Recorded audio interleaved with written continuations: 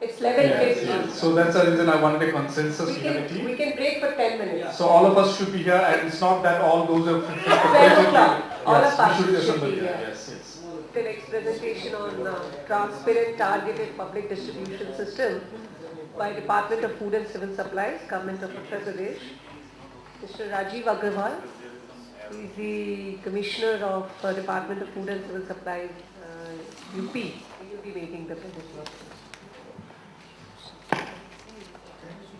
Thank you, ma'am.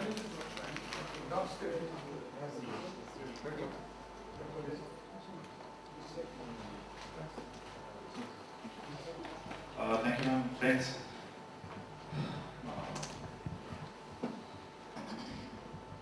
The presentations we've had till now have been covering one end of the spectrum, that is the production side. I'll be moving to the other end of the spectrum, which is providing for the food security net for the crores and crores of people living in the villages of our country. Now the public distribution system, or the targeted public distribution system as it has been for the last 13 years, is one of the largest retail networks of its kind in the entire country. If I remember correctly, we have around 4.78 lakh fair price shops in the entire country. And UP obviously takes the cake with 73,000 shops. I don't think so any other network can compare to this in the entire world. I'm talking of a population base of around 20 crores or 200 million, each of which is served through the system. We have 3 crore farmers who sell their produce, and then this produce is channelized through the mechanism whereby it goes into PDS. Now, the PDS is obviously faced with a number of challenges. I won't really go into the details of each of them. And these are challenges which are affecting all the states. The degrees may vary. We have bogus cards, shadow cards, when someone else is availing the benefits of the rations in someone else's name. There are no ration cards. A number of families do not have ration cards at all. APL families, and after the Supreme Court intervention, we have had enormous quantities of wheat and rice being distributed to APL families, that is above poverty line families. But because all of us out here would be APL, hardly any of us would be going to the ration shops or the FPS to avail our benefits. So obviously that amount is siphoned off. Then there's obviously lack of transparency and accountability for the government officials, as also for the fair price shopkeepers who are our price studies. Split cards, you'll have one family, but they'll have a number of cards because all the allocations are card based and not unit based. There's a reduced scale and quality of issue, then errors, ineligible families getting their getting dues. So Uttar Pradesh went in for a number of initiatives to try and tackle this problem. One, we all know that information is power. We also know that of the millions and millions living in the villages, they have no access to internet. We may say that we can go in for Munadi, we can go in for newspapers. A number of people are illiterate, and then those newspapers do not really have the reach in the villages. So how do we ensure that they get this information that the rations have reached their village? Mobiles. This is something that we introduced. We developed a software whereby we can send SMS alerts to the people, and as I'll explain later what actually happens and what is the message that goes. Then two, with the ration cards, digitization of all the ration cards. Till now we were just talking of numbers. UP has almost 4 crore ration cards, 40 million ration cards. That's more than the population of a number of countries in the world. And we were just talking in numbers. For the first time we started talking in terms of names and people. And then we fixed a roster for lifting and distribution. So these are the goals. Those of you who are familiar with golf. So this is the first step in golf, tee off. Transparency, then effectiveness, empowerment, organizing, facilitating the common man, and then obviously the fair price shop working improvement. I'll first start with SMS. We have 3 categories of ration card holders: APL, above poverty line, Antyodaya, AAY, which are the poorest of the poor, and then BPL. So far as the only difference would be that the same rates go to them, but at different rates. The allocations may be different, the rates are different. So we are providing free of cost information to them. This information is very exact. It gives the exact quantity of wheat, rice, kerosene oil, dal, or any other essential commodity that goes to that particular village, to their particular fair price shop. The exact quantity and the date on which it has been delivered to them.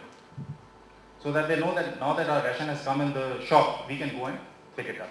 Especially, this would be especially true in the case of kerosene oil, in which we are facing large scale diversions. Then there's one, if you see attachment of shop, this is something very critical. A number of fair price shops which are suspended for various reasons, bungling or some other thing, and then the quota is attached to an adjoining shop. But the villagers never get to know where they have to go and who is going to give them their allocated rations. So for the next 3 months, there are no rations at all. So this message tells them that instead of your own shop, Jamnadas, you now have to go to Sitaram. And they know Sitaram is in the adjoining village, they'll go there and they can pick their rations. We have covered the entire state. UP has almost 1,08,000 villages. All the villages are covered under this, all the urban areas. We initially decided to take 10 mobile numbers per fair price shop dealer. It's not as if you're going to get the message for the entire state. You're going to get messages only for your fair price shop dealer. This is the crux of this entire initiative. And this number can be increased. So we have 73,000 odd fair price shop dealers. It means almost 8 lakh numbers. And this number will consequently going up. And we can touch any number. The system allows it. And obviously, it's a dynamic project which has been launched for the first time by any state. Just a simple schematic diagram. When Ashok, from the godown where all the food grains are stored or the sugar is stored, or from the kerosene oil wholesale dealer, whenever the rations are lifted by the shopkeeper and taken to a shop, then this information is relayed to So this information is relayed to the office. This can be at the block level, the C level, because it's web linked, where the operator will enter. He feeds it in. All he has to feed in is the quantity of the wheat, rice, or whatever essential commodities are given, because everything else is already pre-fed into the system. And through the internet, we have a gateway provider. The villagers get the SMS who can then go to the shop and collect their rations. Next. This is just a sample of the SMS that is sent. In fact, we don't have mobile connectivity out here, the signal is not there. But those of you who would like it can get this message on their mobile through our gateway provider. It just shows the ration is delivered to the fair price shop Suresh Chandra. Now that particular villager knows who is Suresh Chandra because each village has 1 or 2 fair price shops and he knows to whom he is attached. Accordingly, the mobile numbers have also been mapped. If the shop is attached, it shows attachment to Jamna Das, the location, on the date and the quantities. It's a very simple SMS. We can obviously go in for more details. How much wheat has gone on Antyodaya, under APL, under BPL. But the moment we start making this message lengthy, one, there are problems in feeding in this entire these figures every time. Because we have to feed in these figures every time we dispatch this quantity. And two, readability becomes a problem. Now, there was an issue of vernacular languages out here. We tried to do the same thing in Hindi. We are sending messages in Hindi. But most of the mobile handsets do not really support Unicode. So there are issues out there, although we are sending messages both in Hindi and English. And the total cost of sending, say, 15 lakh SMSs per month, multiplied by the 12 months, it doesn't work out to more than 20 lakh rupees for the entire year. And the kind of saving that we are thinking of out here runs into crores and crores. So the net cost to the state is a mere pittance against the benefits that are accruing out of it. So next is data digitization of ration cards. Now as I said, UP has a base of around 4.5 crore ration cards, of which 106 lakhs or 10.6 million ration cards are in the BPL category, until the BPL. Those are fixed. Beyond that, APL cards is anybody's guess how many cards are there. Those of you who are in the government, or maybe those of you who are in the food sector, could easily say that a number of these cards, which may run into millions, would actually be bogus cards. So when we started digitizing them, and today, it's all accessible to the public. It's open, it's on our website, anyone can go and see the details of the ration cards. We have around 156 lakhs or 15.6 million ration cards already online. This translates into around 5.5 to 6 crores. We had a problem of duplicacy. A number of entries were duplicated, which we are getting, but then that is bound to happen in any such large system. We had initially catered to Antyodaya and BPL cards. 99% plus have already been brought online. Now we are working on APL. Ultimately, finances do matter. So when our cost is only 25 paisa per person, and this is what we have actually worked at. This is where we have got those figures of around 6 crores or so. So it's not an expensive exercise. Anyone who says that creating a database is going to be a prohibitive exercise cost-wise, it is not so. We have the entire details of the family. Then obviously, every 5 years new ration cards are issued. So it becomes very easy. We don't have to create them manually, then there'll always be bungling. किसी का नाम कटेगा, कहीं white न लगाएंगे, there'll always be such problems. Nothing of this can happen out here because you just take out a printout and hand over the ration card to the concerned people. Any modifications, any deletions, they can all occur here. There's no question of duplicacy of families of ration cards, and as UID picks up, obviously we'll have biometrics also as a part of the ration card. What I'm basically trying to point out here that although the ration card is the base of the entire food department, of the entire food sector in the country, but hitherto we've just been talking of ration cards as numbers. That's all. Nothing more than that. We have to remember that the ration card, it actually represents living people. It represents you and me. And that is what we have tried to convert in this initiative. Next. This is just a snapshot. I mean, giving various details of the family, and it has details of all the family members, and obviously it's in Hindi because that is the language in the state. The entire data is in Hindi. Although, if you were to go on our website, you can convert it in English if you want to. Next. Just some of the issues that we that got highlighted. Till now, we were talking of ration cards and allocating our rations as per ration card. So we have 35 kgs per ration card. Whether that has one person, one unit, or 20 people in the family. The moment we started digitizing it, so it's thrown out something very interesting. Almost 38% of our ration cards have actually only 3 or lesser units. So that is actually a misuse. Because one person or two people are not going to consume 35 kgs of food grains every month. So we can actually have unit-based allocations now. And this is something which is in process.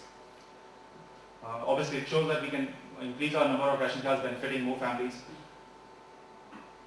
Along with this, we went in for verification of cards. We already cancelled something like 26 lakh ration cards.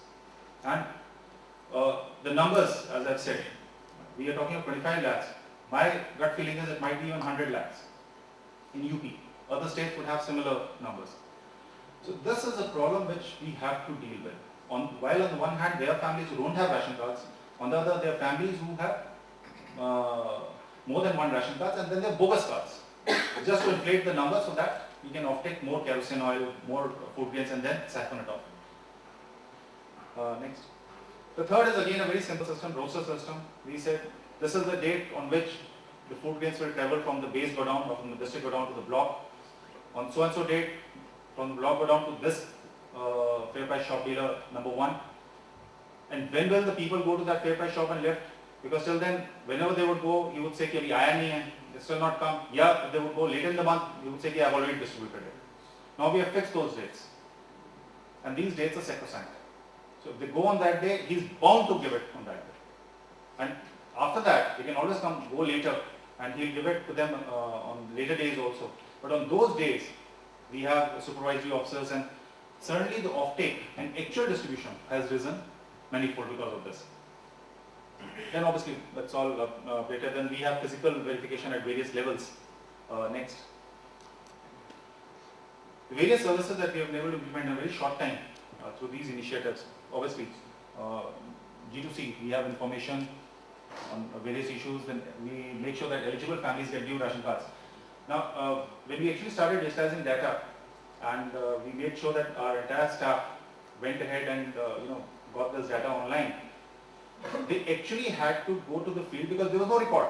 They had to go to the field, create that record, create those papers, and they were actually required to issue new cards because they had to they knew the numbers, so they had to fill up that gap. So they actually went to the villages, got new eligible families, and then got them online. Otherwise, till then, they were just numbers which we were playing around with. Then obviously, issuance, modifications, renewal of cards, we have transparency, social audit, because now it's all apparent. People did come to us saying that why are you bringing all this data online? Because there are a lot of mistakes in that. You have written someone as homeless, whereas he has a home. Various other mistakes in the data. We said fair enough. We are ready to face that criticism. But why be hidden about something which is for the public? Let's be transparent, let's be open. And in a way it's proved to be a masterstroke, because now even our entire official setup knows that if they were to fudge around with these data or with these figures, they can be caught. And it doesn't take much imagination for someone to just go to the website and start opening a particular shop and get the entire data. Obviously, there's empowerment of the poorest. Now they know when the rations go to that particular village. Then database is accessible, then the fixed roster. And the best part is that public perception of the food department definitely improved because of these initiatives. We have a lot of criticism. There have been a number of FIRs lodged in UP for PDS, 50,000 or so. And although those pertain to 2005 and 6. But fair enough, we cannot wish away the anomalies in our system. We cannot simply close our eyes and say that no, everything is fine. No, it is not. But neither can we say that everything has gone to the dogs. There are certain good features, let's build on them, let's counter our weaknesses, take care of the threats, and then we can definitely move ahead. Next. Fair price shop dealers. The weakest link. You can suspend them at the drop of a hat, change their allocations, you can do anything you want with them, and they simply have no voice. But now, because attachment is something that we are hitting at, they are no longer at the mercy of officials. Then we have a database which is open for everyone, which can assist the dealers. Then G2G, obviously, UID, other departments, rural development, various other departments, because food department is the only one which covers the entire ambit of the population in any state, be it urban, be it rural, be it poor, be it non-poor. No other department, no other sector covers everyone. It's either BPL, we had a presentation of FIs, so they cover the poor. They don't cater to the above poverty line families. Rural development, only rural areas. Urban development, only urban areas. This is the only department that caters to the entire state as a whole. Then obviously departmental working has become much more efficient. We used to issue a circular, it would take 1 month to reach the field. And or you go to fax it. For those of you who use the fax, it's maddening. Other times there will be no roll in the fax. Very small problems, but we do face them.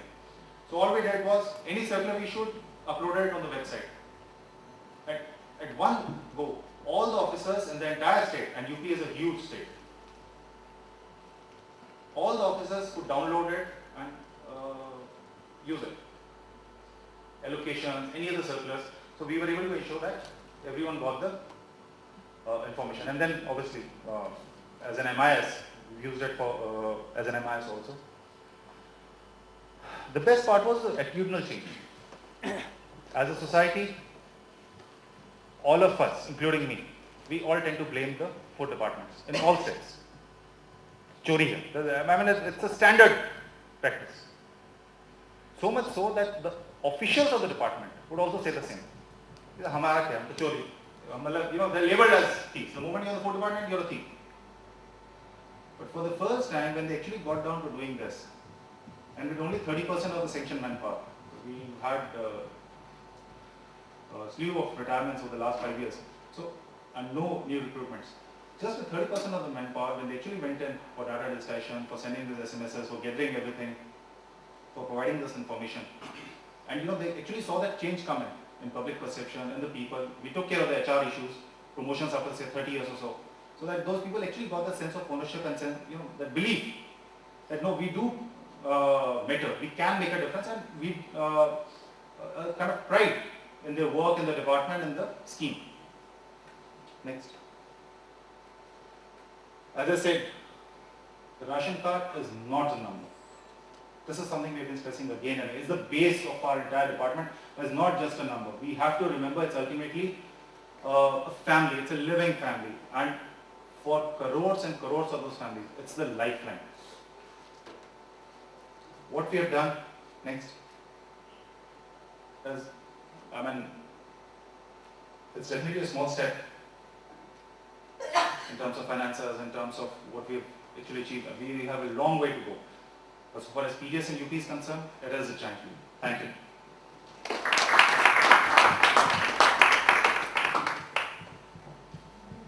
Thank you, Rajiv. Questions, please? How long has it been operational, this thing? And how long did it take you to start the implementation? Ballpark. I'll put it this way. It was actually 6 months. But now it's still ongoing. But initially it took us 6 months. Initial database creation and 6 all months. these things. 6 months. In 6 months we had crossed 1 crore. And about how many officers or men were involved? How many man hours were went into this? Gutsy feeling. I know, sir. I'll put it this way. We have around maybe 400 people in the field. That is spread over 72 districts now. So, and obviously the data entry was outsourced. That cost of 1 rupee per ration card was actually given to the data entry operator. Apart from that, there was no other cost involved. So that's why I harp on the cost, because that is the crux. We might end up spending 1,000 rupees per card and say we have done a beautiful thing, but then that is something which is not viable. We have to have a look at the bottom line. How did you get the, this kind of a project needs political backing, administrative backing, it has to have a culture. Otherwise, there'll be a lot of knives out in the field. I agree with you, but those of you who are familiar with UP, there is no problem of political will in UP. There is no stopping us. The most ticklish issue in this, see, the data registration doesn't harm anyone, doesn't hurt anyone, and the political bosses would definitely like to have a better PDS because it improves their political prospects also. Yeah. What really hit out was the cancellation of cards. We cancelled around 26 lakh cards, and obviously that is where the economic interest also hit. But when they saw the good that was going in, there were a few murmurs in a few districts. But the moment they saw that no, this has to go through, and the CM is very clear, then there was no question of anyone. In fact, we faced more resistance from people who went in PILs to the High Court, and they were thrown out by the High Court. But that's part of the life. Fantastic. So any other questions, please? No more questions? Thank you. It was an excellent presentation.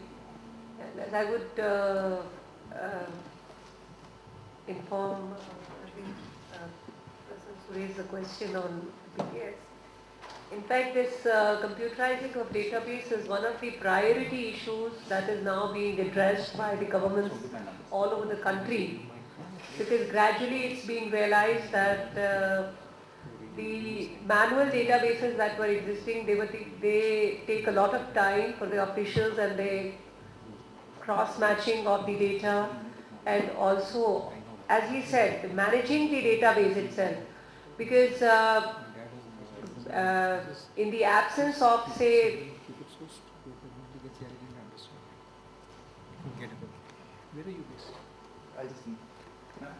yeah. So as you said, that in the absence of numbers, they would work on averages, say 5 per family, which is the standard average that they use for the family, but not every family would have 5 people. Now you have exact numbers, you need not work on the averages. Cancellation of ration cards, when you come to know that a family has migrated, or a family, the family is no more there, the person, if it's a single person. So all these issues are tricky issues, and they affect the life at the grassroots level. So thank you, Rajiv. Thanks for a very nice presentation and a good project. And I wish you all the best for this project, because you have a bigger task ahead now to finish up this database and also build in biometrics into it. Because now since Aadhaar is coming, you will have to integrate it with Aadhaar and put biometrics also into it, which is a bigger challenge ahead, and it's going to be a very, very big task considering the numbers that you have in UP. So wish you all the best for this. Thank you very much. So we have next presentation lined up.